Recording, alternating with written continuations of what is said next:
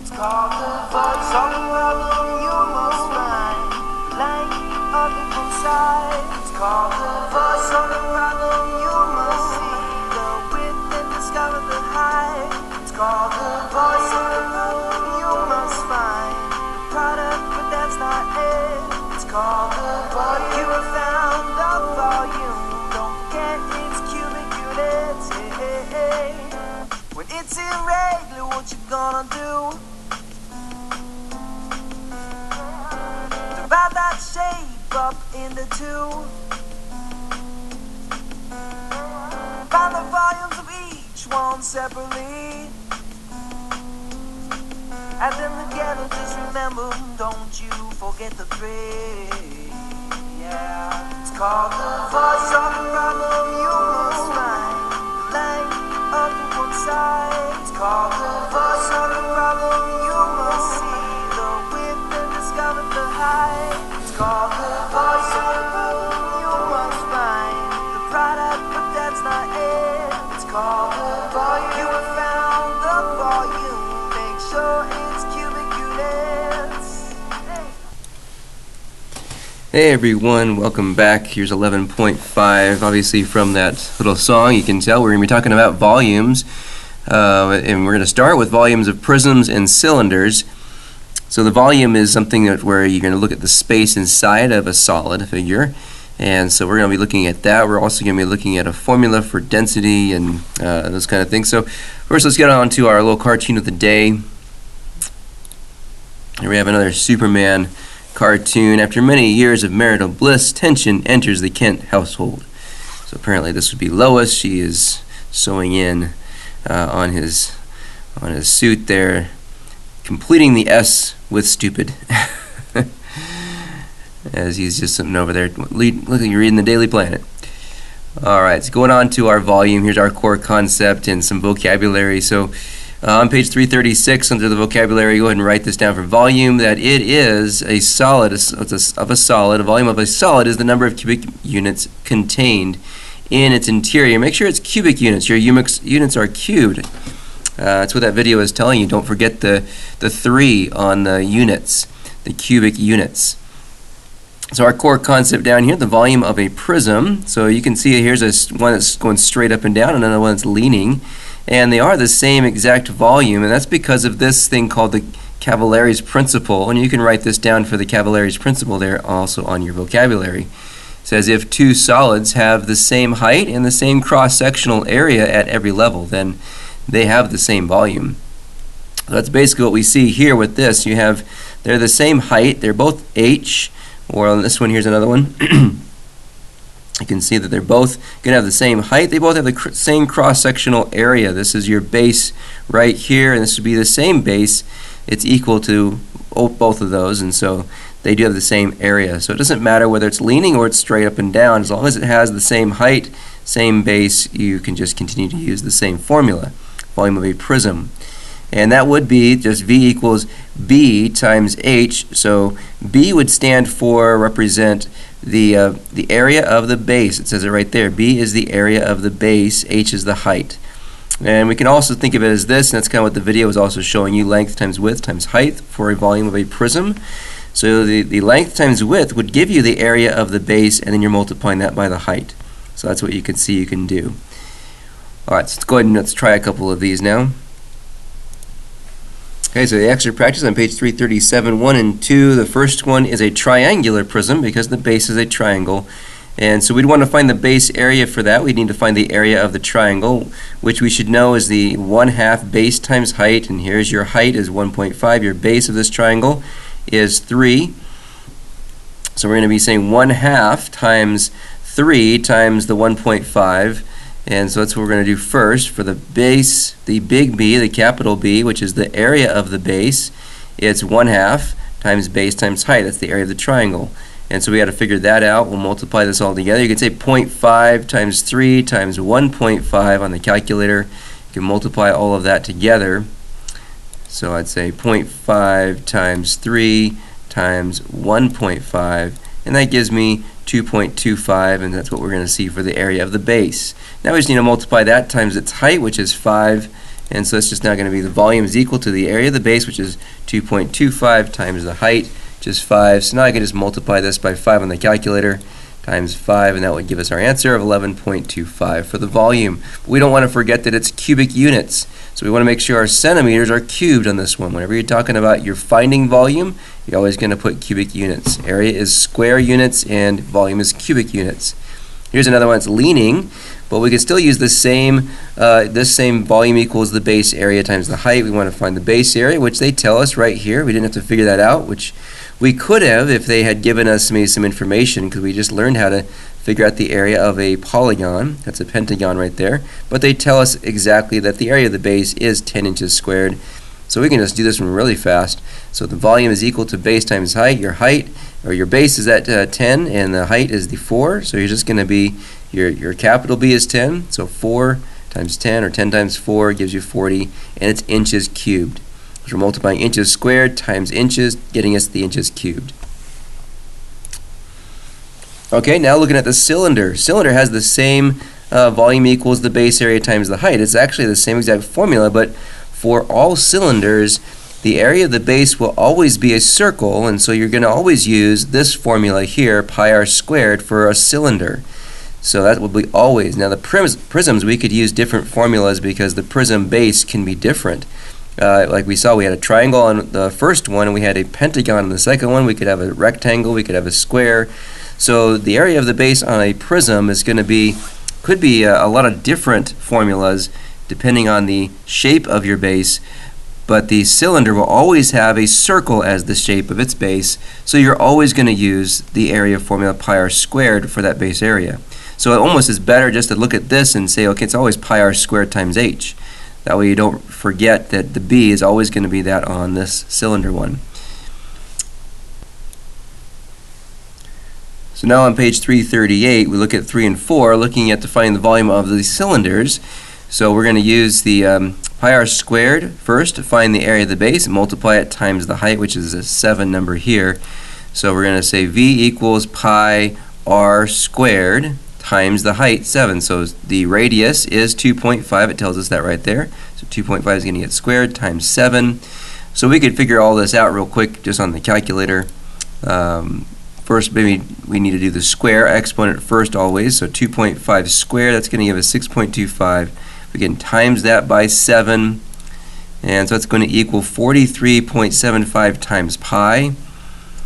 So that's going to give you a 43.75 pi. So now we need to just multiply this times 3.14. And if we had a calculator with a pi button, that would actually give us an even closer, accurate answer, but this is close enough. 137.4 if we go up to 1 decimal place, or 2 decimal places I'm going to go on this one, so it's 38.38 on that one. And again, it's inches cubed. Don't forget that your units will always be cubed for volume when you're finding volume. Here's another one. We're finding the radius is 2 here, so our same formula, pi, we're going to have 2 squared, and then the 11 is going to be our height. So same thing. So it's going to be pi times 2 squared times 11. So on the calculator, we can just do, obviously we know 2 squared is, we can always do this mostly in our head. 2 squared is 4, and 4 times 11 is 44, so it just ends up being 44 times pi. So on the calculator, 44 times 3.14 will give us our answer of 138.16. And so there it is, and it's centimeters cubed. Don't forget your cubed units. All right, here's our joke of the day. What has 4 legs and goes boo? A cow with a cold. Boo. You can't say moo because he's got a cold. Okay, so on 5 and 6 on the extra practice, it says, doesn't say to find the volume on this one, it says find the indicated measure. So this one, they give us the volume. Over here it tells you the volume is going to be 2010 cubic inches, or on this one down here on 6, it says the volume right here is 50 cubic centimeters. So what we're trying to find on this one would be another part of the formula, one of these other numbers. We're trying to find the height on number 5. So we're looking for the height. So we're going to start with this, knowing what shape this is. It's a cylinder. So if we're using a cylinder or finding the height of a cylinder, we got to use the formula for the cylinder, which is that pi r squared again times the height. Still going to be base area times height, but when it's a cylinder, it's best to realize you just want to put in pi r squared, because we are told the radius right here is 8. We're going to plug that in for radius. 8 squared would be 64 here, and there's the volume. We're going to plug this 2010 in over here for volume. So now it'll look like this. 2010 is equal to pi times 8 squared times the height. And like I said, this is going to be 64. So we'll see 64 pi times h, and we're going to want to divide both sides by 64 pi. That's going to cancel out the 64 pi's. We're trying to get the h by itself. So 64 pi cancels out 64 pi here. 2010 divided by 64 pi will give us our answer of what h is. So h is going to equal the 2010 divided by 64 pi, and best to maybe get that on the calculator. 64 times 3.14, and that equals just almost a little over 200, 200.96. So let's say it's 200.96 there, and then just do 2010 divided by 200.96, and there it is. It's like basically 10, so it is 10. So we'll just say round it off to 10 inches. Now I'm not doing cubic units on this one because I'm not finding the volume. There's the cubic inches right here for volume. We're just finding inches for height, just how many inches is the height. For 6, we're looking for the area of the base, which would that be that big B there, but we're looking at a pentagonal prism. The volume is 50, the height is 7.5, so really we're just going to use our normal formula of volume equals base times the height, just that normal formula again. We're looking for the capital B here. We know the volume right there, it tells us it's 50, we're going to plug 50 here. The height they say is 7.5, it's going to go here. So 50 equals the base, the big B, capital B times 7.5. Just divide by 7.5 to solve for the B. So 50 divided by 7.5 on the calculator is going to give us 6.67 units squared, because a base area is always squared, so we're going to have square units on this one. And I think this one was actually a repeating decimal, so I probably rounded that off. So 50 divided by, what did I say, 7.5, and yeah, it was a repeating decimal, so I just went to 2 decimal places and rounded it off there to the 6.67. Alright, so 7 and 8, very similar to those last two. We're kind of trying to find the indicated measure, but in this case they're showing us the variable where it's missing. So on number 7 we're looking for this dimension here, which is y, given us to us as y, which would really be like length times width times height. So that really would be like the width. And so on this one, that it's a rectangular prism, we want to really kind of use, instead of base area, you probably want to say length times width times height, all three of those. So we could see we have the length of 18, we don't know the width, that's going to be y, and the height is 3.5, and our volume is this 661.5 number. So we can just plug all of that in. So there's your volume there, equal to 18 times y times the 3.5. So we can multiply 18 times 3.5 and get a number there. That's going to be 63. So 18 times 3.5 is 63. So now you have 63y, and we want to get rid of 63. So we divide both sides by 63, and just 661.5 divided by 63 gives us 10.5. So there's our y. Y is actually equal directly to 10.5. And it's just centimeters because these are all in centimeters. Your dimensions are going to be in centimeters. The volume is the one that's cubic centimeters. And then 8, we want to recognize, okay, this is a cylinder, so we're going to be using our pi r squared again, times the height for this volume formula. So we want to remember to use this formula here. Pi r squared, we can say r is the p. So we actually can plug p in here. We know height is the 6, and we know volume is this 75.36 number. So just fill all of that in. So that's there, volume there equals pi times the radius, which is p in this problem, so we'll put p squared, times the height. So we want to first see that we're going to get the pi and the 6 together. That would be 6 pi times p squared.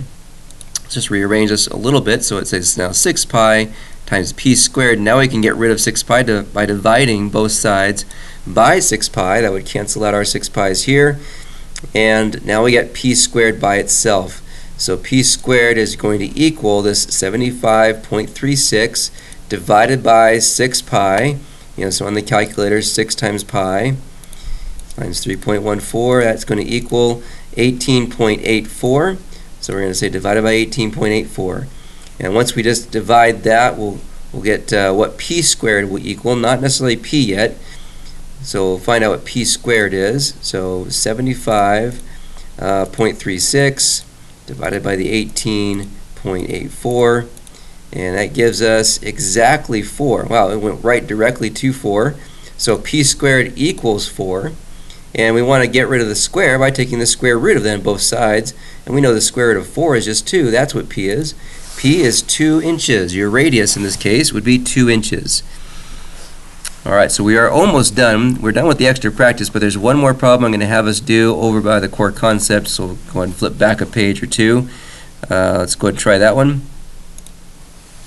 Actually, before I try that one, which is on similar solids, I want to just take a look at this one that was about this cinder block problem.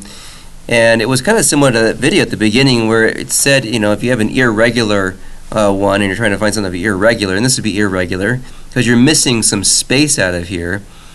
When it showed you that one, it wasn't missing space. It actually broke it up into 2 different kind of rectangles, and it found the volume of each one and added them together. In this case, we have basically our main rectangle here, or our main rectangular prism with the whole thing. And then we have also 2 smaller rectangular prisms here that are the holes in the block. And so we're going to have to figure out the volume of those, multiply it by 2. You can see, this one is the same as this one, so you can find the volume of one and times it by 2, and then subtract it from the volume of the entire thing. So that's what this is going to show you. Whoops, I went the wrong way. So here it will show us right there the volume of the base area is, so the base area, which would like be the top here, you can think of it as, is going to be the area of the large rectangle, this whole big one, which would be basically 1.31 times the 0.66 minus 2 times the area of a small one here. So the small one's going to be that 0.33 times the 0.39, and so that's what's showing us here. Doing that, when you subtract that, you find the base area, which would be that 0.6072, and now you can multiply this times the height, which is the 0.66 there, and once you got that, then you have your answer. So it's 0.4 or 0.40 for the volume of this cinder block. Alright, so on to similar solids now. This is on page 331, and you're going to do just right below this core concept, we're going to do a problem that says notes right below here. So we're going to do one problem just right below here on similar solids. So it says 2 solids of the same type. It has to be like the same type. They both have to be either like cylinders, they both have to be rectangular prisms, or triangular prisms. They have to be the same type with equal ratios of corresponding linear measures. So they both have to have something that's kind of equal, like the some corresponding one is going to be equal ratio, such as the heights or the radius.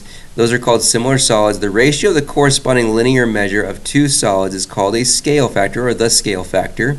We're going to be looking at that, and if 2 similar solids have a scale factor of k, then the ratio of their volumes is equal to k to the 3rd power. So you have to find the scale factor first, which will be with 2 corresponding either radiuses or heights or something like that, and that would be a fraction. And then as you set that equal, what basically you have to do that scale factor is you have to cube that scale factor so that it's equal to the ratio of the volumes of each one. So let's go ahead and look at one here. So here's one with cylinders. So you have the corresponding ones are your radiuses. So you have a 3 here and a 6 here, 2 cylinders. We're told the volume of the smaller one here. We're trying to find the volume of the bigger one. That's what it says here, find the volume of B. It does tell you these are similar. And so you're just going to say, okay, our scale factor, what's that going to be? So your scale factor is going to be the radius of one over the radius of the other. And it's usually the bigger one over the smaller one.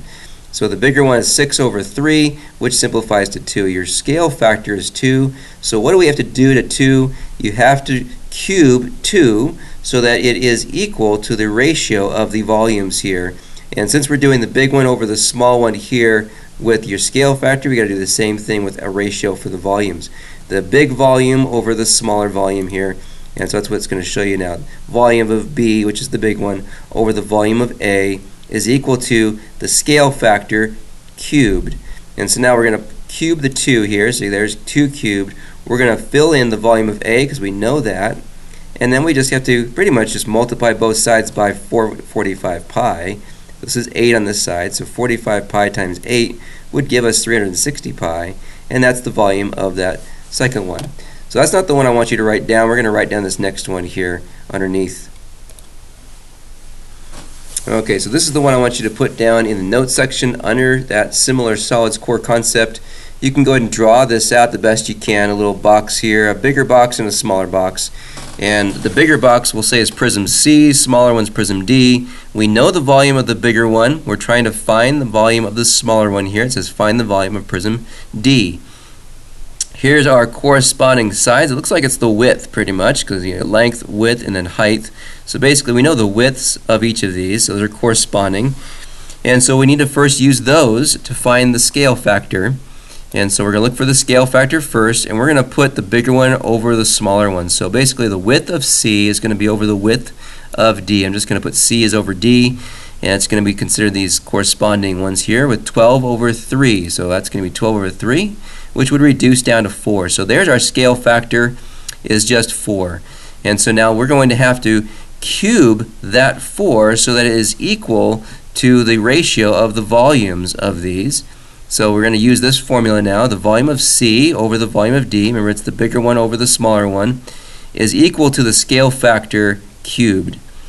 And so we know the volume of C up here, that's the 1536. We don't know the volume of D. I'm just going to put like maybe an X down here for that one. We don't know that one. We do know K, which is our scale factor. We're going to cube the 4 here. So we're going to fill that in. So 1536 is going to be over our unknown, which is X, is equal to 4 to the third power. Now we can put that 4 to the third power over 1 if we want to, so it's a proportion, and then we can basically cross multiply. That might be an easy way to go. Or we can just multiply both sides by X. Either way, it doesn't matter. But basically, you got to realize we're going to multiply this 4 to the third power, which is 64. 4 times 4 times 4. So we got to make sure we don't make that into a 64. 64 times X is going to equal 1536. And so there's our equation, 64x equal to 1536 divided by 64. And so that would give us 1536 divided by 64 on our calculator. That will equal exactly 24. So 24 meters cubed, that is going to be our volume of this smaller one. Alright, so that concludes now the lesson on 11.5. You should be ready now for the assignment. And so I guess I'll see you another time, next time.